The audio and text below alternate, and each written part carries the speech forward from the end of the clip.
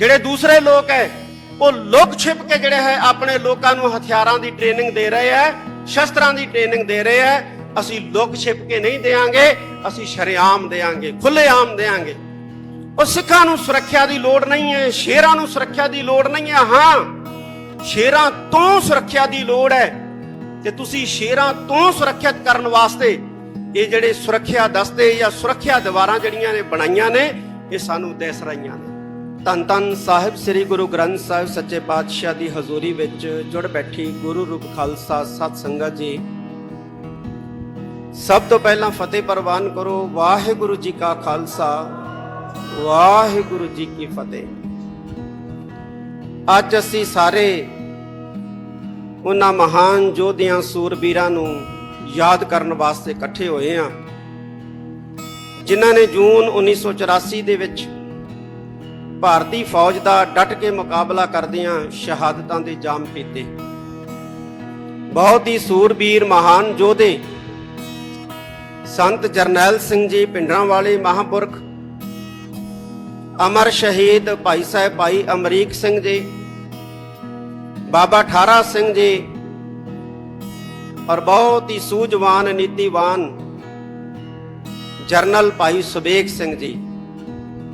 ਇਹਨਾਂ ਤੋਂ ਇਲਾਵਾ ਅੱਜ ਦੇ ਦਿਨ ਜੂਨ 1984 ਦੇ ਵਿੱਚ ਇਸ ਅਸਥਾਨ ਦੇ ਉੱਤੇ ਭਾਰਤੀ ਸਟੇਟ ਦੇ ਨਾਲ ਲੜਦਿਆਂ ਬੇਅੰਤ ਸਿੱਖਾਂ ਨੇ ਸ਼ਹੀਦੀ ਦਿੱਤੀ ਹੈ, ਜਿਹਦੇ ਵਿੱਚ ਬੀਬੀਆਂ ਵੀ ਸਨ, ਬਜ਼ੁਰਗ ਵੀ ਸਨ, ਬੱਚੇ ਵੀ ਸਨ, ਨੌਜਵਾਨ ਵੀ ਸਨ। ਔਰ ਅਸੀਂ ਉਹਨਾਂ ਸ਼ਹੀਦਾਂ ਨੂੰ ਯਾਦ ਕਰਨ ਵਾਸਤੇ ਅੱਜ ਇਕੱਠੇ ਹੋਏ ਹਾਂ। ਜਿਸ ਵਕਤ ਭਾਰਤ 1947 ਦੇ ਵਿੱਚ ਭਾਰਤੀ ਲੋਕਾਂ ਦੇ ਕਹਿਣ ਮੁਤਾਬਕ ਆਜ਼ਾਦ ਹੋਇਆ, ਸਿੱਖਾਂ ਨੂੰ ਨੱਪਣ ਦੀ, ਸਿੱਖਾਂ ਨੂੰ ਕੁੱਟਣ ਦੀ ਪਾਲਿਸੀ ਜਿਹੜੀ ਹੈ ਉਸੇ ਵੇਲੇ ਤਿਆਰ ਹੋ ਗਈ ਸੀ, ਔਰ ਤਿਆਰ ਕੀਤੀ ਸੀ ਜਵਾਹਰ ਲਾਲ ਨਹਿਰੂ ਨੇ, ਕਿ ਇਸ ਹਿੰਦੁਸਤਾਨ ਦੇ ਅੰਦਰ, ਇਸ ਭਾਰਤ ਦੇ ਅੰਦਰ ਸਿੱਖਾਂ ਨੂੰ ਨੱਪਣਾ ਹੈ, ਸਿੱਖਾਂ ਨੂੰ ਕੁੱਟਣਾ ਹੈ, ਸਿੱਖਾਂ ਨੂੰ ਦੱਬਣਾ ਹੈ, ਆਰਥਿਕ ਤੌਰ ਤੇ ਕਮਜ਼ੋਰ ਕਰਨਾ ਹੈ, ਸਮਾਜਿਕ ਤੌਰ ਤੇ ਕਮਜ਼ੋਰ ਕਰਨਾ ਹੈ, ਧਾਰਮਿਕ ਤੌਰ ਤੇ ਕਮਜ਼ੋਰ ਕਰਨਾ ਹੈ, ਔਰ ਰਾਜਨੀਤਿਕ ਤੌਰ ਤੇ ਵੀ ਕਮਜ਼ੋਰ ਕਰਨਾ ਹੈ। ਇਹ ਨੀਤੀਆਂ 1947 ਚ ਹੀ ਬਣ ਗਈਆਂ ਸੀ, ਔਰ ਉਹਦਾ ਸਿੱਟਾ 1984 ਦੇ ਵਿੱਚ ਸ੍ਰੀ ਅਕਾਲ ਤਖਤ ਸਾਹਿਬ, ਸੱਚਖੰਡ ਸ੍ਰੀ ਹਰਿਮੰਦਰ ਸਾਹਿਬ ਤੇ 37 ਹੋਰ ਗੁਰਦੁਆਰੇ ਸਾਹਿਬਾਨਾਂ ਦੇ ਵਿੱਚ ਹਮਲਿਆਂ ਦੇ ਰੂਪ ਦੇ ਵਿੱਚ ਨਿਕਲਿਆ। ਮੈਂ ਕੁਝ ਗੱਲਾਂ ਸਾਂਝੀਆਂ ਕਰਨੀਆਂ। ਇਹ ਜਿਹੜੀ ਬਾਦਸ਼ਾਹਤ ਦਾ ਸੰਕਲਪ ਹੈ ਜਾਂ ਰਾਜ ਦਾ ਸੰਕਲਪ ਹੈ, ਇਹ ਸਾਨੂੰ ਗੁਰੂ ਸਾਹਿਬਾਨ ਨੇ ਦਿੱਤਾ ਹੈ, ਔਰ ਅਸੀਂ ਆਪਣੇ ਅਰਦਾਸ ਦੇ ਦੌਰਾਨ ਦੌਰੇ ਦੇ ਵਿੱਚ ਇਸ ਸੰਕਲਪ ਨੂੰ ਦੁਹਰਾਉਨੇ ਆ, ਰਾਜ ਕਰੇਗਾ ਖਾਲਸਾ, ਔਰ ਦੁਹਰਾਉਂਦੇ ਰਹਿਣਾ। ਜਿਹੜਾ ਸਿੱਖ ਹੈ, ਜਿਹਦੇ ਕੇਸਾਂ ਦੇ ਵਿੱਚ ਅੰਮ੍ਰਿਤ ਹੈ, ਜਿਹਦੇ ਨੇਤਰਾਂ ਦੇ ਵਿੱਚ ਅੰਮ੍ਰਿਤ ਹੈ, ਜਿਹਦੇ ਮੁਖ ਦੇ ਵਿੱਚ ਖੰਡੇ ਬਾਟੇ ਦਾ ਅੰਮ੍ਰਿਤ ਹੈ, ਉਹ ਰਾਜ ਦੇ ਸੰਕਲਪ ਤੋਂ ਮੁਨਕਰ ਨਹੀਂ ਹੈ, ਔਰ ਨਾ ਮੁਨਕਰ ਹੋ ਸਕਦਾ ਹੈ। ਇਹ ਗੱਲ ਵੱਖਰੀ ਹੈ ਕਿ ਕੋਈ ਖੁੱਲ੍ਹੇਆਮ ਮਾਨਸਾ ਵਰਗਾ ਖੁੱਲ੍ਹੇਆਮ ਕਹਿੰਦਾ ਹੈ, ਔਰ ਸਾਡੇ ਵਰਗੇ ਦੱਬੀ ਜ਼ੁਬਾਨ 'ਚ ਕਹਿ ਦਿੰਦੇ ਆ। ਅਸੀਂ ਪੜ੍ਹਦੇ ਹਾਂ ਕਿ ਰਾਜ ਕਰੇਗਾ ਖਾਲਸਾ। ਕੌਣ ਰਾਜ ਕਰੂਗਾ? ਖਾਲਸਾ ਰਾਜ ਕਰੂਗਾ। ਤੇ ਜੇ ਅਸੀਂ ਰਾਜ ਕਰਨਾ, ਰਾਜ ਲੈਣਾ, ਤੇ ਸਾਨੂੰ ਖਾਲਸਾ ਬਣਨਾ ਪਏਗਾ। ਅੱਜ ਸਾਡੇ ਸਾਹਮਣੇ ਬਹੁਤ ਸਾਰੀਆਂ ਚੁਣੌਤੀਆਂ ਜਿਹੜੀਆਂ ਨੇ ਉਹ ਖੜੀਆਂ ਨੇ, ਜਿਹੜੀਆਂ ਸਾਨੂੰ ਕਮਜ਼ੋਰ ਕਰ ਰਹੀਆਂ ਨੇ, ਧਾਰਮਿਕ ਤੌਰ ਦੇ ਉੱਤੇ, ਸਮਾਜਿਕ ਤੌਰ ਦੇ ਉੱਤੇ, ਔਰ ਆਰਥਿਕ ਤੌਰ ਦੇ ਉੱਤੇ। ਸਾਨੂੰ ਧਾਰਮਿਕ ਤੌਰ ਦੇ ਉੱਤੇ ਕਮਜ਼ੋਰ ਕਰਨ ਵਾਸਤੇ ਪੰਜਾਬ ਦੀ ਇਸ ਧਰਤੀ ਦੇ ਉੱਤੇ ਈਸਾਈਅਤ ਦਾ ਪ੍ਰਚਾਰ ਜਿਹੜਾ ਹੈ ਬੜੇ ਜ਼ੋਰ ਸ਼ੋਰ ਦੇ ਨਾਲ ਚਲਾਇਆ ਜਾ ਰਿਹਾ ਹੈ। ਪੰਜਾਬ ਦੇ ਅੰਦਰ ਪਿੰਡ ਪਿੰਡ ਚਰਚਾਂ ਬਣ ਰਹੀਆਂ ਔਰ ਮਸੀਤਾਂ ਬਣ ਰਹੀਆਂ। ਇਹ ਸਾਡੇ ਵਾਸਤੇ ਚਿੰਤਾ ਵਾਲੀ ਗੱਲ ਹੈ, ਸਾਡੇ ਵਾਸਤੇ ਫਿਕਰ ਵਾਲੀ ਗੱਲ ਹੈ। ਮੈਂ ਸਾਰੇ ਮਹਾਂਪੁਰਖਾਂ ਨੂੰ, ਜਿੰਨੇ ਵੀ ਸਿੱਖ ਧਰਮ ਨਾਲ ਸੰਬੰਧਿਤ ਮਹਾਂਪੁਰਖ ਹੈ, ਜਿਹੜੇ ਪ੍ਰਚਾਰ ਦੀ ਸੇਵਾ ਕਰਦੇ ਰਹੇ ਨੇ, ਮੈਂ ਉਹਨਾਂ ਨੂੰ ਇਹ ਕਹਿਣਾ ਚਾਹਾਂਗਾ ਕਿ ਇੱਕ ਵਾਰੀ ਫੇਰ ਨਿਕਲੋ। ਜਿਵੇਂ ਸੰਤ ਬਾਬਾ ਗੁਰਬਚਨ ਸਿੰਘ ਜੀ ਭਿੰਡਰਾਂਵਾਲੇ, ਜਿਵੇਂ ਸੰਤ ਬਾਬਾ ਜਵਾਲਾ ਸਿੰਘ ਜੀ ਹਰਖੋਵਾਲ ਵਾਲੇ, ਜਿਵੇਂ ਮਹਾਂਪੁਰਖ ਸੰਤ ਬਾਬਾ ਆਦਰ ਸਿੰਘ ਜੀ ਮਸਤੂਆਣਾ ਸਾਹਿਬ ਵਾਲੇ, ਇਹਨਾਂ ਨੇ ਵਹੀਰਾਂ ਘੱਤ ਕੇ ਪਿੰਡਾਂ ਦੇ ਵਿੱਚ ਪ੍ਰਚਾਰ ਕੀਤਾ ਸੀ ਤੇ ਸਿੱਖੀ ਬੁਲੰਦ ਕੀਤੀ ਸੀ। ਅੱਜ ਵੀ ਮੈਂ ਇਹਨਾਂ ਮਹਾਂਪੁਰਖਾਂ ਨੂੰ ਅਪੀਲ ਕਰੂੰਗਾ ਕਿ ਪਿੰਡਾਂ ਦੇ ਵਿੱਚ ਜਾ ਕੇ, ਖਾਸ ਤੌਰ ਤੇ ਬਾਰਡਰ ਏਰੀਏ ਦੇ ਪਿੰਡਾਂ ਦੇ ਵਿੱਚ ਜਾ ਕੇ ਸਿੱਖੀ ਨੂੰ ਮਜ਼ਬੂਤ ਕਰੋ। ਹੁਣ ਏਸੀ ਕਮਰਿਆਂ ਚੋਂ ਬਾਹਰ ਨਿਕਲਣ ਦਾ ਸਮਾਂ ਆ ਗਿਆ, ਪਿੰਡਾਂ ਦੇ ਵਿੱਚ ਜਾਣ ਦਾ ਸਮਾਂ ਆ ਗਿਆ, ਪਿੰਡਾਂ ਦੇ ਵਿੱਚ ਪ੍ਰਚਾਰ ਕਰਨ ਦਾ ਸਮਾਂ ਆ ਗਿਆ। ਕਿਉਂਕਿ ਜੇ ਅਸੀਂ ਧਾਰਮਿਕ ਤੌਰ ਤੇ ਮਜ਼ਬੂਤ ਨਾ ਹੋਵਾਂਗੇ, ਅਸੀਂ ਆਰਥਿਕ ਤੌਰ ਤੇ ਮਜ਼ਬੂਤ ਨਹੀਂ ਹੋਵਾਂਗੇ। ਅਸੀਂ ਆਰਥਿਕ ਤੌਰ ਤੇ ਮਜ਼ਬੂਤ ਨਹੀਂ ਹੋਵਾਂਗੇ, ਅਸੀਂ ਸਮਾਜਿਕ ਤੌਰ ਤੇ ਮਜ਼ਬੂਤ ਨਹੀਂ ਹੋਵਾਂਗੇ। ਤੇ ਜੇ ਅਸੀਂ ਧਾਰਮਿਕ ਤੌਰ ਤੇ ਕਮਜ਼ੋਰ ਹੋ ਗਏ, ਸਮਾਜਿਕ ਤੌਰ ਤੇ ਕਮਜ਼ੋਰ ਹੋ ਗਏ, ਆਰਥਿਕ ਤੌਰ ਤੇ ਕਮਜ਼ੋਰ ਹੋ ਗਏ, ਰਾਜਨੀਤਿਕ ਕਮਜ਼ੋਰੀ ਨੂੰ ਕੋਈ ਰੋਕ ਹੀ ਨਹੀਂ ਸਕਦਾ ਹੈ। ਰਾਜਨੀਤਿਕ ਕਮਜ਼ੋਰੀ ਆਏਗੀ ਹੀ ਆਏਗੀ, ਔਰ ਅਸੀਂ ਉਹਨਾਂ ਰਾਜ ਤੋਂ ਦੂਰ ਹੋਵਾਂਗੇ ਜਿੰਨਾ ਧਾਰਮਿਕ ਤੌਰ ਤੇ ਕਮਜ਼ੋਰ ਹੋਵਾਂਗੇ। ਸਾਨੂੰ ਧਾਰਮਿਕ ਤੌਰ ਤੇ ਮਜ਼ਬੂਤ ਹੋਣ ਦੀ ਬਹੁਤ ਵੱਡੀ ਜ਼ਰੂਰਤ ਹੈ। ਸਾਡਾ ਨੌਜਵਾਨ ਨਸ਼ਿਆਂ 'ਚ ਗ੍ਰਿਫਤ ਹੋ ਰਿਹਾ ਹੈ, ਨੌਜਵਾਨ ਪੜ੍ਹਾਈ ਤੋਂ ਜਿਹੜਾ ਹੈ ਉਹ ਪਾਸਾ ਵੱਟ ਰਿਹਾ ਹੈ। ਨੌਜਵਾਨਾਂ ਦੇ ਅੰਦਰ ਕੌਮੀ ਜਜ਼ਬਾ ਜਿਹੜਾ ਹੈ ਉਹ ਪੈਦਾ ਕਰਨ ਦੀ ਅੱਜ ਸਭ ਤੋਂ ਵੱਡੀ ਸਾਧ ਸੰਗਤ ਦੀ ਜ਼ਰੂਰਤ ਹੈ। ਇੱਕ ਗੱਲ ਮੈਂ ਹੋਰ ਕਹਿਣੀ ਚਾਹੁੰਦਾ ਕਿ ਇਹ ਜਿਹੜੀ ਸਿੱਖ ਕੌਮ ਹੈ, ਇਹ ਮਰਦੇ ਮੁਜ਼ਾਹਦ ਧੰਨ ਧੰਨ ਸਾਹਿਬ ਸ੍ਰੀ ਗੁਰੂ ਗੋਬਿੰਦ ਸਿੰਘ ਪਾਤਸ਼ਾਹ ਦੀ ਪੈਦਾ ਕੀਤੀ, ਗੁਰੂ ਨਾਨਕ ਸਾਹਿਬ ਸੱਚੇ ਪਾਤਸ਼ਾਹ ਦੀ ਜਿਹੜੀ ਹੈ ਉਹ ਪ੍ਰਜਵਲਿਤ ਕੀਤੀ ਸ਼ੇਰਾਂ ਦੀ ਕੌਮ ਹੈ। ਇਸ ਵਾਰ ਸ੍ਰੀ ਅੰਮ੍ਰਿਤਸਰ ਸਾਹਿਬ ਦੇ ਆਸ-ਪਾਸ ਸਰਕਾਰ ਨੇ ਬਹੁਤ ਵੱਡਾ ਘੇਰਾ ਕੱਤਿਆ। ਸਰਕਾਰ ਵੀ ਮੰਨਦੀ ਹੈ ਕਿ ਇਹ ਸ਼ੇਰਾਂ ਦੀ ਕੌਮ ਹੈ, ਕਿਉਂਕਿ ਸ਼ੇਰਾਂ ਨੂੰ ਕਾਬੂ ਕਰਨ ਵਾਸਤੇ ਵੱਡੇ ਵੱਡੇ ਪਿੰਜਰੇ ਜਿਹੜੇ ਨੇ ਜਾਂ ਵੱਡੀਆਂ ਵੱਡੀਆਂ ਦੀਵਾਰਾਂ ਖੜੀਆਂ ਕੀਤੀਆਂ ਜਾਂਦੀਆਂ। ਗਿੱਦੜਾਂ ਨੂੰ ਰੋਕਣ ਵਾਸਤੇ ਪਿੰਜਰੇ ਖੜੇ ਕਰਨ ਦੀ ਜ਼ਰੂਰਤ ਨਹੀਂ ਪੈਂਦੀ ਸਰਕਾਰਾਂ ਨੂੰ। ਪੁੱਛਿਆ ਵੀ ਇਹਨੇ ਸੁਰੱਖਿਆ ਘੇਰੇ ਕਿਉਂ? ਕਹਿੰਦੇ ਜੀ ਸਿੱਖਾਂ ਦੀ ਸੁਰੱਖਿਆ ਵਾਸਤੇ। ਉਹ ਸਿੱਖਾਂ ਨੂੰ ਸੁਰੱਖਿਆ ਦੀ ਲੋੜ ਨਹੀਂ ਹੈ, ਸ਼ੇਰਾਂ ਨੂੰ ਸੁਰੱਖਿਆ ਦੀ ਲੋੜ ਨਹੀਂ ਹੈ। ਹਾਂ, ਸ਼ੇਰਾਂ ਤੋਂ ਸੁਰੱਖਿਆ ਦੀ ਲੋੜ ਹੈ ਕਿ ਤੁਸੀਂ ਸ਼ੇਰਾਂ ਤੋਂ ਸੁਰੱਖਿਅਤ ਕਰਨ ਵਾਸਤੇ ਇਹ ਜਿਹੜੇ ਸੁਰੱਖਿਆ ਦਸਤੇ ਜਾਂ ਸੁਰੱਖਿਆ ਦੀਵਾਰਾਂ ਜਿਹੜੀਆਂ ਨੇ ਬਣਾਈਆਂ ਨੇ, ਇਹ ਸਾਨੂੰ ਦਿਸ ਰਹੀਆਂ ਨੇ। ਤੇ ਸ਼ੇਰ ਜਿਹੜਾ ਹੈ, ਜਿਹੜਾ ਗੁਰੂ ਗੋਬਿੰਦ ਸਿੰਘ ਮਹਾਰਾਜ ਦਾ ਪੈਦਾ ਕੀਤਾ ਖਾਲਸਾ ਹੈ, ਉਹ ਕਿਸੇ ਤੇ ਨਹੱਕਾ ਹਮਲਾ ਨਹੀਂ ਕਰਦਾ, ਕਿਸੇ ਤੇ ਬੇਵਜ੍ਹਾ ਜਿਹੜਾ ਹੈ ਆਪਣਾ ਪੰਜਾ ਨਹੀਂ ਮਾਰਦਾ, ਬੇਵਜ੍ਹਾ ਜਿਹੜਾ ਹੈ ਉਹ ਕਿਸੇ ਵੱਲ ਦਹਾੜਦਾ ਨਹੀਂ ਹੈ। ਹਾਂ, ਕੋਈ ਸਟੇਟ ਦਾ ਭੇਜਿਆ ਜਿਹੜਾ ਭੇਖੀ ਜਿਹੜਾ ਹੈ ਨਕਲੀ ਦਾੜੀ ਕੇਸ ਲਾ ਕੇ ਭਾਵੇਂ ਕੋਈ ਜ਼ੁਲਮ ਕਰ ਜੇ, ਭਾਵੇਂ ਕੋਈ ਕਿਸੇ ਤੇ ਜ਼ਬਰ ਕਰ ਜੇ, ਪਰ ਜਿਹੜਾ ਗੁਰੂ ਨਾਨਕ ਸਾਹਿਬ ਸੱਚੇ ਪਾਤਸ਼ਾਹ ਦਾ ਸਿੱਖ ਹੈ ਉਹ ਕਦੇ ਵੀ ਜ਼ੁਲਮ ਵੱਲ ਜਿਹੜਾ ਜ਼ੁਲਮ ਰੋਕਦਾ ਜ਼ਰੂਰ ਹੈ ਲੇਕਿਨ ਜ਼ੁਲਮ ਨਹੀਂ ਕਰਦਾ। ਮੈਂ ਸਿੱਖ ਸੰਸਥਾਵਾਂ ਨੂੰ ਇਹ ਕਹਿਣਾ ਚਾਹਾਂਗਾ ਕਿ ਅੱਜ ਜ਼ਰੂਰਤ ਆ ਗਈ ਹੈ, ਜਿਵੇਂ ਧੰਨ ਗੁਰੂ ਅੰਗਦ ਦੇਵ ਜੀ ਮਹਾਰਾਜ ਨੇ ਖਡੂਰ ਸਾਹਿਬ ਦੀ ਧਰਤੀ ਦੇ ਉੱਤੇ ਮੱਲ ਅਖਾੜੇ ਕਾਇਮ ਕੀਤੇ ਸੀ।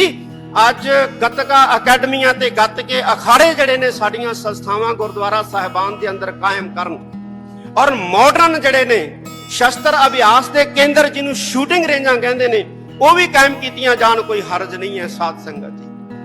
ਜਿਹੜੇ ਦੂਸਰੇ ਲੋਕ ਹੈ ਉਹ ਲੁਕ ਛਿਪ ਕੇ ਜਿਹੜੇ ਹੈ ਆਪਣੇ ਲੋਕਾਂ ਨੂੰ ਹਥਿਆਰਾਂ ਦੀ ਟ੍ਰੇਨਿੰਗ ਦੇ ਰਹੇ ਹੈ, ਸ਼ਸਤਰਾਂ ਦੀ ਟ੍ਰੇਨਿੰਗ ਦੇ ਰਹੇ ਹੈ। ਅਸੀਂ ਲੁਕ ਛਿਪ ਕੇ ਨਹੀਂ ਦੇਾਂਗੇ, ਅਸੀਂ ਸ਼ਰੇਆਮ ਦੇਾਂਗੇ, ਖੁੱਲੇਆਮ ਦੇਾਂਗੇ।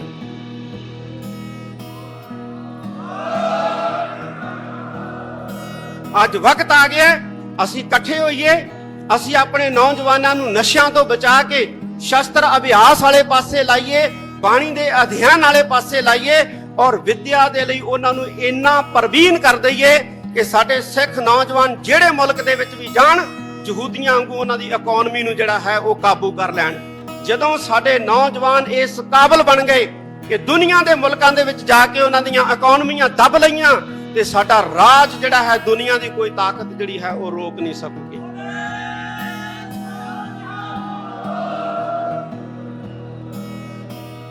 ਸੱਚਖੰਡ, ਸ੍ਰੀ ਹਰਮੰਦਰ ਸਾਹਿਬ, ਸ੍ਰੀ ਦਰਬਾਰ ਸਾਹਿਬ, ਸ੍ਰੀ ਅਕਾਲ ਤਖਤ ਸਾਹਿਬ ਤੇ ਜਿਹਨੇ ਵੀ ਹਮਲਾ ਕੀਤਾ ਉਹ ਬਰਬਾਦ ਹੋਇਆ ਹੈ। ਜਿਹੜੀ ਪਾਰਟੀ ਨੇ ਹਮਲਾ ਕੀਤਾ ਉਹ ਬਰਬਾਦ ਹੋਇਆ ਹੈ। ਔਰ ਜਿਹੜੇ ਮੁਲਕ ਨੇ ਸਾਥ ਦਿੱਤਾ, ਰਸ਼ੀਆ ਵਰਗਾ, ਉਹਨੂੰ ਇੱਕ ਨਿੱਕੇ ਜਿਹੇ ਮੁਲਕ ਨੇ ਜਿਹੜਾ ਉਹ ਵਾਣੀ ਪਾ ਰੱਖਿਆ ਹੈ। ਔਰ ਜਿੰਨਾ ਚਿਰ ਪੰਥ ਦੀ ਸ਼ਰਨ ਦੇ ਵਿੱਚ ਆ ਕੇ ਸੀਸ ਨਹੀਂ ਝੁਕਾਉਂਦੇ ਰਸ਼ੀਆ ਵਰਗੇ, ਇਹਨਾਂ ਨੂੰ ਟੁੱਟਣੋਂ ਕੋਈ ਨਹੀਂ ਬਚਾ ਸਕਦਾ, ਇਹਨਾਂ ਨੂੰ ਡੁੱਬਣੋਂ ਕੋਈ ਨਹੀਂ ਬਚਾ ਸਕਦਾ, ਔਰ ਇਹਨਾਂ ਨੂੰ ਮਰਨੋਂ ਕੋਈ ਨਹੀਂ ਬਚਾ ਸਕਦਾ ਹੈ। ਇਹ ਗੁਰੂ ਨਾਨਕ ਸਾਹਿਬ ਦਾ ਦਰ ਹੈ, ਗੁਰੂ ਨਾਨਕ ਸਾਹਿਬ ਦਾ ਘਰ ਹੈ।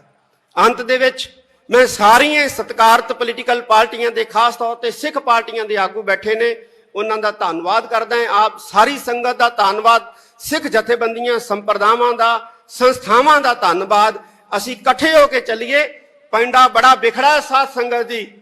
ਜਦੋਂ ਕੱਲਾ ਬੰਦਾ ਕੋਈ ਪੈਂਡੇ ਦੇ ਉੱਤੇ ਸਫ਼ਰ ਕਰਦਾ ਹੈ ਤੇ ਬਹੁਤ ਤੰਗੀ ਆਉਂਦੀ ਹੈ, ਬਹੁਤ ਮੁਸੀਬਤਾਂ ਦਾ ਸਾਹਮਣਾ ਕਰਨਾ ਪੈਂਦਾ ਹੈ। ਪਰ ਜਦੋਂ ਕਾਫਲੇ ਬਣਾ ਕੇ ਵਿਖੜੇ ਪੈਂਡਿਆਂ ਦੇ ਉੱਤੇ ਤੁਰਿਆ ਜਾਂਦਾ ਹੈ, ਮਤਭੇਦ ਭੁਲਾ ਕੇ, ਤੇ ਉਦੋਂ ਵਿਖੜੇ ਪੈਂਡੇ ਵੀ ਜਿਹੜੇ ਆ ਉਹ ਆਸਾਨ ਹੋ ਜਾਂਦੇ ਆ। ਅਸੀਂ ਬੁਲੰਦੀਆਂ ਛੂਵਾਂਗੇ, ਗੁਰੂ ਦੇ ਬਣ ਜਾਈਏ। ਗੁਰੂ ਸਾਡੇ ਨਾਲ ਹੈ, ਗੁਰੂ ਦੀ ਅਸੀਸ ਸਾਡੇ ਨਾਲ ਹੈ। ਸਾਰੀ ਸੰਗਤ ਦਾ ਬਹੁਤ ਬਹੁਤ ਧੰਨਵਾਦ। ਵਾਹਿਗੁਰੂ ਜੀ ਕਾ ਖਾਲਸਾ, ਵਾਹਿਗੁਰੂ ਜੀ ਕੀ ਫਤਿਹ। ਧੰਨ ਧੰਨ ਸਾਹਿਬ ਸ੍ਰੀ ਗੁਰੂ ਗ੍ਰੰਥ ਸਾਹਿਬ ਸੱਚੇ ਪਾਤਸ਼ਾਹ ਦੀ ਹਜ਼ੂਰੀ ਵਿੱਚ ਜੁੜ ਬੈਠੀ ਗੁਰੂ ਰੂਪ ਖਾਲਸਾ ਸਤ ਸੰਗਤ ਜੀ, ਸਭ ਤੋਂ ਪਹਿਲਾਂ ਫਤਿਹ ਪ੍ਰਵਾਨ ਕਰੋ। ਵਾਹਿਗੁਰੂ ਜੀ ਕਾ ਖਾਲਸਾ, ਵਾਹਿਗੁਰੂ ਜੀ ਕੀ ਫਤਿਹ। ਅੱਜ ਅਸੀਂ ਸਾਰੇ ਉਹਨਾਂ ਮਹਾਨ ਯੋਧਿਆਂ ਸੂਰਬੀਰਾਂ ਨੂੰ ਯਾਦ ਕਰਨ ਵਾਸਤੇ ਇਕੱਠੇ ਹੋਏ ਹਾਂ, ਜਿਨ੍ਹਾਂ ਨੇ ਜੂਨ 1984 ਦੇ ਵਿੱਚ ਭਾਰਤੀ ਫੌਜ ਦਾ ਡਟ ਕੇ ਮੁਕਾਬਲਾ ਕਰਦਿਆਂ ਸ਼ਹਾਦਤਾਂ ਦੇ ਜਾਮ ਪੀਤੇ। ਬਹੁਤ ਹੀ ਸੂਰਬੀਰ ਮਹਾਨ ਯੋਧੇ ਸੰਤ ਜਰਨੈਲ ਸਿੰਘ ਜੀ ਭਿੰਡਰਾਂਵਾਲੇ ਮਹਾਂਪੁਰਖ, ਅਮਰ ਸ਼ਹੀਦ ਭਾਈ ਸਾਹਿਬ ਭਾਈ ਅਮਰੀਕ ਸਿੰਘ ਜੀ, ਬਾਬਾ ਠਾਰਾ ਸਿੰਘ ਜੀ, ਔਰ ਬਹੁਤ ਹੀ ਸੂਝਵਾਨ ਨੀਤੀਵਾਨ ਜਰਨਲ ਭਾਈ ਸੁਬੇਗ ਸਿੰਘ ਜੀ। ਇਹਨਾਂ ਤੋਂ ਇਲਾਵਾ ਅੱਜ ਦੇ ਦਿਨ ਜੂਨ 1984 ਦੇ ਵਿੱਚ ਇਸ ਅਸਥਾਨ ਦੇ ਉੱਤੇ ਭਾਰਤੀ ਸਟੇਟ ਦੇ ਨਾਲ ਲੜਦਿਆਂ ਬੇਅੰਤ ਸਿੱਖਾਂ ਨੇ ਸ਼ਹੀਦੀ ਦਿੱਤੀ ਹੈ, ਜਿਹਦੇ ਵਿੱਚ ਬੀਬੀਆਂ ਵੀ ਸਨ, ਬਜ਼ੁਰਗ ਵੀ ਸਨ, ਬੱਚੇ ਵੀ ਸਨ, ਨੌਜਵਾਨ ਵੀ ਸਨ। ਔਰ ਅਸੀਂ ਉਹਨਾਂ ਸ਼ਹੀਦਾਂ ਨੂੰ ਯਾਦ ਕਰਨ ਵਾਸਤੇ ਅੱਜ ਇਕੱਠੇ ਹੋਏ ਹਾਂ। ਜਿਸ ਵਕਤ ਭਾਰਤ 1947 ਦੇ ਵਿੱਚ ਭਾਰਤੀ ਲੋਕਾਂ ਦੇ ਕਹਿਣ ਮੁਤਾਬਕ ਆਜ਼ਾਦ ਹੋਇਆ, ਸਿੱਖਾਂ ਨੂੰ ਨੱਪਣ ਦੀ, ਸਿੱਖਾਂ ਨੂੰ ਕੁੱਟਣ ਦੀ ਪਾਲਿਸੀ ਜਿਹੜੀ ਹੈ ਉਸੇ ਵੇਲੇ ਤਿਆਰ ਹੋ ਗਈ ਸੀ। ਔਰ ਤਿਆਰ ਕੀਤੀ ਸੀ ਜਵਾਹਰ ਲਾਲ ਨਹਿਰੂ ਨੇ ਕਿ ਇਸ ਹਿੰਦੁਸਤਾਨ ਦੇ ਅੰਦਰ, ਇਸ ਭਾਰਤ ਦੇ ਅੰਦਰ ਸਿੱਖਾਂ ਨੂੰ ਨੱਪਣਾ ਹੈ, ਸਿੱਖਾਂ ਨੂੰ ਕੁੱਟਣਾ ਹੈ, ਸਿੱਖਾਂ ਨੂੰ ਦੱਬਣਾ ਹੈ, ਆਰਥਿਕ ਤੌਰ ਤੇ ਕਮਜ਼ੋਰ ਕਰਨਾ ਹੈ, ਸਮਾਜਿਕ ਤੌਰ ਤੇ ਕਮਜ਼ੋਰ ਕਰਨਾ ਹੈ, ਧਾਰਮਿਕ ਤੌਰ ਤੇ ਕਮਜ਼ੋਰ ਕਰਨਾ ਹੈ, ਔਰ ਰਾਜਨੀਤਿਕ ਤੌਰ ਤੇ ਵੀ ਕਮਜ਼ੋਰ ਕਰਨਾ ਹੈ। ਇਹ ਨੀਤੀਆਂ 1947 ਚ ਹੀ ਬਣ ਗਈਆਂ ਸੀ। ਔਰ ਉਹਦਾ ਸਿੱਟਾ 1984 ਦੇ ਵਿੱਚ ਸ੍ਰੀ ਅਕਾਲ ਤਖਤ ਸਾਹਿਬ, ਸੱਚਖੰਡ ਸ੍ਰੀ ਹਰਿਮੰਦਰ ਸਾਹਿਬ ਤੇ 37 ਹੋਰ ਗੁਰਦੁਆਰੇ ਸਾਹਿਬਾਨਾਂ ਦੇ ਵਿੱਚ ਹਮਲਿਆਂ ਦੇ ਰੂਪ ਦੇ ਵਿੱਚ ਨਿਕਲਿਆ। ਮੈਂ ਕੁਝ ਗੱਲਾਂ ਸਾਂਝੀਆਂ ਕਰਨੀਆਂ। ਇਹ ਜਿਹੜੀ ਬਾਦਸ਼ਾਹਤ ਦਾ ਸੰਕਲਪ ਹੈ ਜਾਂ ਰਾਜ ਦਾ ਸੰਕਲਪ ਹੈ, ਇਹ ਸਾਨੂੰ ਗੁਰੂ ਸਾਹਿਬਾਨ ਨੇ ਦਿੱਤਾ ਹੈ। ਔਰ ਅਸੀਂ ਆਪਣੇ ਅਰਦਾਸ ਦੇ ਦੌਰਾਨ ਦੌਰੇ ਦੇ ਵਿੱਚ ਇਸ ਸੰਕਲਪ ਨੂੰ ਦੁਹਰਾਉਨੇ ਆ, ਰਾਜ ਕਰੇਗਾ ਖਾਲਸਾ, ਔਰ ਦੁਹਰਾਉਂਦੇ ਰਹਿਣਾ। ਜਿਹੜਾ ਸਿੱਖ ਹੈ, ਜਿਹਦੇ ਕੇਸਾਂ ਦੇ ਵਿੱਚ ਅੰਮ੍ਰਿਤ ਹੈ, ਜਿਹਦੇ ਨੇਤਰਾਂ ਦੇ ਵਿੱਚ ਅੰਮ੍ਰਿਤ ਹੈ, ਜਿਹਦੇ ਮੁਖ ਦੇ ਵਿੱਚ ਖੰਡੇ ਬਾਟੇ ਦਾ ਅੰਮ੍ਰਿਤ ਹੈ, ਉਹ ਰਾਜ ਦੇ ਸੰਕਲਪ ਤੋਂ ਮੁਨਕਰ ਨਹੀਂ ਹੈ ਔਰ ਨਾ ਮੁਨਕਰ ਹੋ ਸਕਦਾ ਹੈ। ਇਹ ਗੱਲ ਵੱਖਰੀ ਹੈ ਕਿ ਕੋਈ ਖੁੱਲ੍ਹੇਆਮ ਮਾਨਸਾ ਵਰਗਾ ਖੁੱਲ੍ਹੇਆਮ ਕਹਿੰਦਾ ਹੈ ਔਰ ਸਾਡੇ ਵਰਗੇ ਦੱਬੀ ਜ਼ੁਬਾਨ 'ਚ ਕਹਿ ਦਿੰਦੇ ਆ। ਅਸੀਂ ਪੜ੍ਹਦੇ ਹਾਂ ਕਿ ਰਾਜ ਕਰੇਗਾ ਖਾਲਸਾ। ਕੌਣ ਰਾਜ ਕਰੂਗਾ? ਖਾਲਸਾ ਰਾਜ ਕਰੂਗਾ। ਤੇ ਜੇ ਅਸੀਂ ਰਾਜ ਕਰਨੇ, ਰਾਜ ਲੈਣੇ, ਤੇ ਸਾਨੂੰ ਖਾਲਸਾ ਬਣਨਾ ਪਏਗਾ। ਅੱਜ ਸਾਡੇ ਸਾਹਮਣੇ ਬਹੁਤ ਸਾਰੀਆਂ ਚੁਣੌਤੀਆਂ ਜਿਹੜੀਆਂ ਨੇ ਉਹ ਖੜੀਆਂ ਨੇ, ਜਿਹੜੀਆਂ ਸਾਨੂੰ ਕਮਜ਼ੋਰ ਕਰ ਰਹੀਆਂ ਨੇ, ਧਾਰਮਿਕ ਤੌਰ ਦੇ ਉੱਤੇ, ਸਮਾਜਿਕ ਤੌਰ ਦੇ ਉੱਤੇ ਔਰ ਆਰਥਿਕ ਤੌਰ ਦੇ ਉੱਤੇ। ਸਾਨੂੰ ਧਾਰਮਿਕ ਤੌਰ ਦੇ ਉੱਤੇ ਕਮਜ਼ੋਰ ਕਰਨ ਵਾਸਤੇ ਪੰਜਾਬ ਦੀ ਇਸ ਧਰਤੀ ਦੇ ਉੱਤੇ ਈਸਾਈਅਤ ਦਾ ਪ੍ਰਚਾਰ ਜਿਹੜਾ ਹੈ ਬੜੇ ਜ਼ੋਰ ਸ਼ੋਰ ਦੇ ਨਾਲ ਚਲਾਇਆ ਜਾ ਰਿਹਾ ਹੈ। ਪੰਜਾਬ ਦੇ ਅੰਦਰ ਪਿੰਡ ਪਿੰਡ ਚਰਚਾਂ ਬਣ ਰਹੀਆਂ ਔਰ ਮਸੀਤਾਂ ਬਣ ਰਹੀਆਂ। ਇਹ ਸਾਡੇ ਵਾਸਤੇ ਚਿੰਤਾ ਵਾਲੀ ਗੱਲ ਹੈ, ਸਾਡੇ ਵਾਸਤੇ ਫਿਕਰ ਵਾਲੀ ਗੱਲ ਹੈ। ਮੈਂ ਸਾਰੇ ਮਹਾਂਪੁਰਖਾਂ ਨੂੰ, ਜਿੰਨੇ ਵੀ ਸਿੱਖ ਧਰਮ ਨਾਲ ਸੰਬੰਧਿਤ ਮਹਾਂਪੁਰਖ ਹੈ, ਜਿਹੜੇ ਪ੍ਰਚਾਰ ਦੀ ਸੇਵਾ ਕਰਦੇ ਰਹੇ ਨੇ, ਮੈਂ ਉਹਨਾਂ ਨੂੰ ਇਹ ਕਹਿਣਾ ਚਾਹਾਂਗਾ ਕਿ ਇੱਕ ਵਾਰੀ ਫੇਰ ਨਿਕਲੋ। ਜਿਵੇਂ ਸੰਤ ਬਾਬਾ ਗੁਰਬਚਨ ਸਿੰਘ ਜੀ ਭਿੰਡਰਾਂ ਵਾਲੇ, ਜਿਵੇਂ ਸੰਤ ਬਾਬਾ ਜਵਾਲਾ ਸਿੰਘ ਜੀ ਹਰਖੋਵਾਲ ਵਾਲੇ, ਜਿਵੇਂ ਮਹਾਂਪੁਰਖ ਸੰਤ ਬਾਬਾ ਅਤਰ ਸਿੰਘ ਜੀ ਮਸਤੂਆਣਾ ਸਾਹਿਬ ਵਾਲੇ, ਇਹਨਾਂ ਨੇ ਵਹੀਰਾਂ ਘੱਤ ਕੇ ਪਿੰਡਾਂ ਦੇ ਵਿੱਚ ਪ੍ਰਚਾਰ ਕੀਤਾ ਸੀ ਤੇ ਸਿੱਖੀ ਬੁਲੰਦ ਕੀਤੀ ਸੀ। ਅੱਜ ਵੀ ਮੈਂ ਇਹਨਾਂ ਮਹਾਂਪੁਰਖਾਂ ਨੂੰ ਅਪੀਲ ਕਰੂੰਗਾ ਕਿ ਪਿੰਡਾਂ ਦੇ ਵਿੱਚ ਜਾ ਕੇ, ਖਾਸ ਤੌਰ ਤੇ ਬਾਰਡਰ ਏਰੀਏ ਦੇ ਪਿੰਡਾਂ ਦੇ ਵਿੱਚ ਜਾ ਕੇ ਸਿੱਖੀ ਨੂੰ ਮਜ਼ਬੂਤ ਕਰੋ। ਹੁਣ ਏਸੀ ਕਮਰਿਆਂ ਚੋਂ ਬਾਹਰ ਨਿਕਲਣ ਦਾ ਸਮਾਂ ਆ ਗਿਆ, ਪਿੰਡਾਂ ਦੇ ਵਿੱਚ ਜਾਣ ਦਾ ਸਮਾਂ ਆ ਗਿਆ, ਪਿੰਡਾਂ ਦੇ ਵਿੱਚ ਪ੍ਰਚਾਰ ਕਰਨ ਦਾ ਸਮਾਂ ਆ ਗਿਆ। ਕਿਉਂਕਿ ਜੇ ਅਸੀਂ ਧਾਰਮਿਕ ਤੌਰ ਤੇ ਮਜ਼ਬੂਤ ਨਾ ਹੋਵਾਂਗੇ, ਅਸੀਂ ਆਰਥਿਕ ਤੌਰ ਤੇ ਮਜ਼ਬੂਤ ਨਹੀਂ ਹੋਵਾਂਗੇ। ਅਸੀਂ ਆਰਥਿਕ ਤੌਰ ਤੇ ਮਜ਼ਬੂਤ ਨਹੀਂ ਹੋਵਾਂਗੇ, ਅਸੀਂ ਸਮਾਜਿਕ ਤੌਰ ਤੇ ਮਜ਼ਬੂਤ ਨਹੀਂ ਹੋਵਾਂਗੇ। ਤੇ ਜੇ ਅਸੀਂ ਧਾਰਮਿਕ ਤੌਰ ਤੇ ਕਮਜ਼ੋਰ ਹੋ ਗਏ, ਸਮਾਜਿਕ ਤੌਰ ਤੇ ਕਮਜ਼ੋਰ ਹੋ ਗਏ, ਆਰਥਿਕ ਤੌਰ ਤੇ ਕਮਜ਼ੋਰ ਹੋ ਗਏ, ਰਾਜਨੀਤਿਕ ਕਮਜ਼ੋਰੀ ਨੂੰ ਕੋਈ ਰੋਕ ਹੀ ਨਹੀਂ ਸਕਦਾ ਹੈ। ਰਾਜਨੀਤਿਕ ਕਮਜ਼ੋਰੀ ਆਏਗੀ ਹੀ ਆਏਗੀ, ਔਰ ਅਸੀਂ ਉਹਨਾਂ ਰਾਜ ਤੋਂ ਦੂਰ ਹੋਵਾਂਗੇ ਜਿੰਨਾ ਧਾਰਮਿਕ ਤੌਰ ਤੇ ਕਮਜ਼ੋਰ ਹੋਵਾਂਗੇ। ਸਾਨੂੰ ਧਾਰਮਿਕ ਤੌਰ ਤੇ ਮਜ਼ਬੂਤ ਹੋਣ ਦੀ ਬਹੁਤ ਵੱਡੀ ਜ਼ਰੂਰਤ ਹੈ। ਸਾਡਾ ਨੌਜਵਾਨ ਨਸ਼ਿਆਂ 'ਚ ਗ੍ਰਿਫਤ ਹੋ ਰਿਹਾ ਹੈ, ਨੌਜਵਾਨ ਪੜ੍ਹਾਈ ਤੋਂ ਜਿਹੜਾ ਹੈ ਉਹ ਪਾਸਾ ਵੱਟ ਰਿਹਾ ਹੈ। ਨੌਜਵਾਨਾਂ ਦੇ ਅੰਦਰ ਕੌਮੀ ਜਜ਼ਬਾ ਜਿਹੜਾ ਹੈ ਉਹ ਪੈਦਾ ਕਰਨ ਦੀ ਅੱਜ ਸਭ ਤੋਂ ਵੱਡੀ ਸਾਧ ਸੰਗਤ ਦੀ ਜ਼ਰੂਰਤ ਹੈ। ਇੱਕ ਗੱਲ ਮੈਂ ਹੋਰ ਕਹਿਣੀ ਚਾਹੁੰਦਾ ਕਿ ਇਹ ਜਿਹੜੀ ਸਿੱਖ ਕੌਮ ਹੈ, ਇਹ ਮਰਦੇ ਮੁਜ਼ਾਹਦ ਧੰਨ ਧੰਨ ਸਾਹਿਬ ਸ੍ਰੀ ਗੁਰੂ ਗੋਬਿੰਦ ਸਿੰਘ ਪਾਤਸ਼ਾਹ ਦੀ ਪੈਦਾ ਕੀਤੀ, ਗੁਰੂ ਨਾਨਕ ਸਾਹਿਬ ਸੱਚੇ ਪਾਤਸ਼ਾਹ ਦੀ ਜਿਹੜੀ ਹੈ ਉਹ ਪ੍ਰਜਵਲਿਤ ਕੀਤੀ ਸ਼ੇਰਾਂ ਦੀ ਕੌਮ ਹੈ।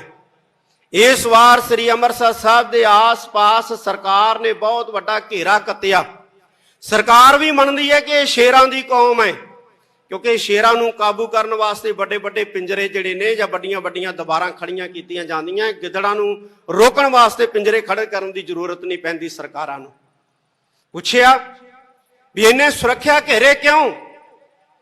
ਕਹਿੰਦੇ ਜੀ ਸਿੱਖਾਂ ਦੀ ਸੁਰੱਖਿਆ ਵਾਸਤੇ। ਉਹ ਸਿੱਖਾਂ ਨੂੰ ਸੁਰੱਖਿਆ ਦੀ ਲੋੜ ਨਹੀਂ ਹੈ, ਸ਼ੇਰਾਂ ਨੂੰ ਸੁਰੱਖਿਆ ਦੀ ਲੋੜ ਨਹੀਂ ਹੈ। ਹਾਂ, ਸ਼ੇਰਾਂ ਤੋਂ ਸੁਰੱਖਿਆ ਦੀ ਲੋੜ ਹੈ, ਤੇ ਤੁਸੀਂ ਸ਼ੇਰਾਂ ਤੋਂ ਸੁਰੱਖਿਅਤ ਕਰਨ ਵਾਸਤੇ ਇਹ ਜਿਹੜੇ ਸੁਰੱਖਿਆ ਦਸਤੇ ਜਾਂ ਸੁਰੱਖਿਆ ਦੀਵਾਰਾਂ ਜਿਹੜੀਆਂ ਨੇ ਬਣਾਈਆਂ ਨੇ, ਇਹ ਸਾਨੂੰ ਦਿਸ ਰਹੀਆਂ ਨੇ।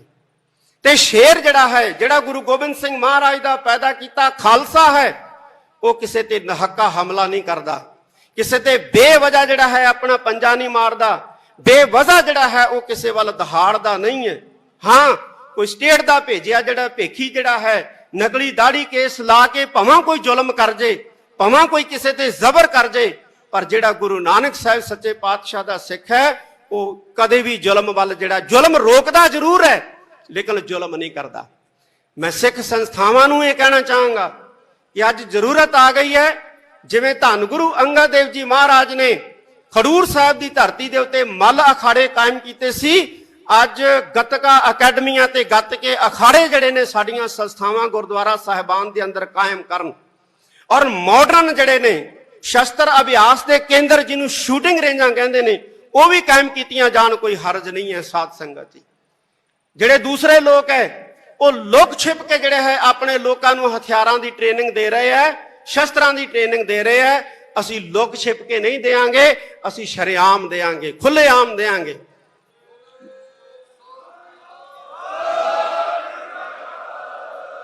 ਅੱਜ ਵਕਤ ਆ ਗਿਆ ਅਸੀਂ ਇਕੱਠੇ ਹੋਈਏ, ਅਸੀਂ ਆਪਣੇ ਨੌਜਵਾਨਾਂ ਨੂੰ ਨਸ਼ਿਆਂ ਤੋਂ ਬਚਾ ਕੇ ਸ਼ਸਤਰ ਅਭਿਆਸ ਵਾਲੇ ਪਾਸੇ ਲਾਈਏ, ਬਾਣੀ ਦੇ ਅਧਿਐਨ ਵਾਲੇ ਪਾਸੇ ਲਾਈਏ, ਔਰ ਵਿਦਿਆ ਦੇ ਲਈ ਉਹਨਾਂ ਨੂੰ ਇੰਨਾ ਪ੍ਰਬੀਨ ਕਰ ਦਈਏ ਕਿ ਸਾਡੇ ਸਿੱਖ ਨੌਜਵਾਨ ਜਿਹੜੇ ਮੁਲਕ ਦੇ ਵਿੱਚ ਵੀ ਜਾਣ, ਯਹੂਦੀਆਂ ਵਾਂਗੂ ਉਹਨਾਂ ਦੀ ਇਕਨੋਮੀ ਨੂੰ ਜਿਹੜਾ ਹੈ ਉਹ ਕਾਬੂ ਕਰ ਲੈਣ। ਜਦੋਂ ਸਾਡੇ ਨੌਜਵਾਨ ਇਸ ਕਾਬਲ ਬਣ ਗਏ ਕਿ ਦੁਨੀਆ ਦੇ ਮੁਲਕਾਂ ਦੇ ਵਿੱਚ ਜਾ ਕੇ ਉਹਨਾਂ ਦੀਆਂ ਇਕਨੋਮੀਆਂ ਦੱਬ ਲਈਆਂ, ਤੇ ਸਾਡਾ ਰਾਜ ਜਿਹੜਾ ਹੈ ਦੁਨੀਆ ਦੀ ਕੋਈ ਤਾਕਤ ਜਿਹੜੀ ਹੈ ਉਹ ਰੋਕ ਨਹੀਂ ਸਕੂਗੀ।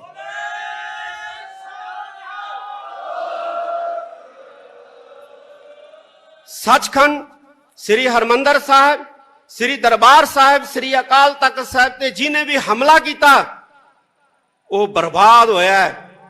ਜਿਹੜੀ ਪਾਰਟੀ ਨੇ ਹਮਲਾ ਕੀਤਾ ਉਹ ਬਰਬਾਦ ਹੋਇਆ ਹੈ। ਔਰ ਜਿਹੜੇ ਮੁਲਕ ਨੇ ਸਾਥ ਦਿੱਤਾ, ਰਸ਼ੀਆ ਵਰਗਾ, ਉਹਨੂੰ ਇੱਕ ਨਿੱਕੇ ਜਿਹੇ ਮੁਲਕ ਨੇ ਜਿਹੜਾ ਉਹ ਵਾਣੀ ਪਾ ਰੱਖਿਆ ਹੈ। ਔਰ ਜਿੰਨਾ ਚਿਰ ਪੰਥ ਦੀ ਸ਼ਰਨ ਦੇ ਵਿੱਚ ਆ ਕੇ ਸੀਸ ਨਹੀਂ ਝੁਕਾਉਂਦੇ ਰਸ਼ੀਆ ਵਰਗੇ, ਇਹਨਾਂ ਨੂੰ ਟੁੱਟਣੋਂ ਕੋਈ ਨਹੀਂ ਬਚਾ ਸਕਦਾ, ਇਹਨਾਂ ਨੂੰ ਡੁੱਬਣੋਂ ਕੋਈ ਨਹੀਂ ਬਚਾ ਸਕਦਾ, ਔਰ ਇਹਨਾਂ ਨੂੰ ਮਰਨੋਂ ਕੋਈ ਨਹੀਂ ਬਚਾ ਸਕਦਾ ਹੈ। ਇਹ ਗੁਰੂ ਨਾਨਕ ਸਾਹਿਬ ਦਾ ਦਰ ਹੈ, ਗੁਰੂ ਨਾਨਕ ਸਾਹਿਬ ਦਾ ਘਰ ਹੈ।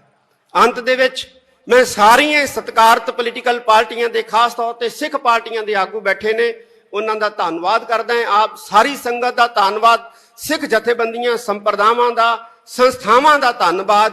ਅਸੀਂ ਇਕੱਠੇ ਹੋ ਕੇ ਚੱਲੀਏ। ਪੈਂਡਾ ਬੜਾ ਵਿਖੜਾ ਸਾਧ ਸੰਗਤ ਜੀ। ਜਦੋਂ ਕੱਲਾ ਬੰਦਾ ਕੋਈ ਪੈਂਡੇ ਦੇ ਉੱਤੇ ਸਫ਼ਰ ਕਰਦਾ ਹੈ ਤੇ ਬਹੁਤ ਤੰਗੀ ਆਉਂਦੀ ਹੈ, ਬਹੁਤ ਮੁਸੀਬਤਾਂ ਦਾ ਸਾਹਮਣਾ ਕਰਨਾ ਪੈਂਦਾ ਹੈ। ਪਰ ਜਦੋਂ ਕਾਫਲੇ ਬਣਾ ਕੇ ਵਿਖੜੇ ਪੈਂਡਿਆਂ ਦੇ ਉੱਤੇ ਤੁਰਿਆ ਜਾਂਦਾ ਹੈ, ਮਤਭੇਦ ਭੁਲਾ ਕੇ, ਤੇ ਉਦੋਂ ਵਿਖੜੇ ਪੈਂਡੇ ਵੀ ਜਿਹੜੇ ਆ ਉਹ ਆਸਾਨ ਹੋ ਜਾਂਦੇ ਆ। ਅਸੀਂ ਬੁਲੰਦੀਆਂ ਛੂਵਾਂਗੇ, ਗੁਰੂ ਦੇ ਬਣ ਜਾਈਏ। ਗੁਰੂ ਸਾਡੇ ਨਾਲ ਹੈ, ਗੁਰੂ ਦੀ ਅਸੀਸ ਸਾਡੇ ਨਾਲ ਹੈ। ਸਾਰੀ ਸੰਗਤ ਦਾ ਬਹੁਤ ਬਹੁਤ ਧੰਨਵਾਦ। ਵਾਹਿਗੁਰੂ ਜੀ ਕਾ ਖਾਲਸਾ, ਵਾਹਿਗੁਰੂ ਜੀ ਕੀ ਫਤਿਹ। ਧੰਨ ਧੰਨ ਸਾਹਿਬ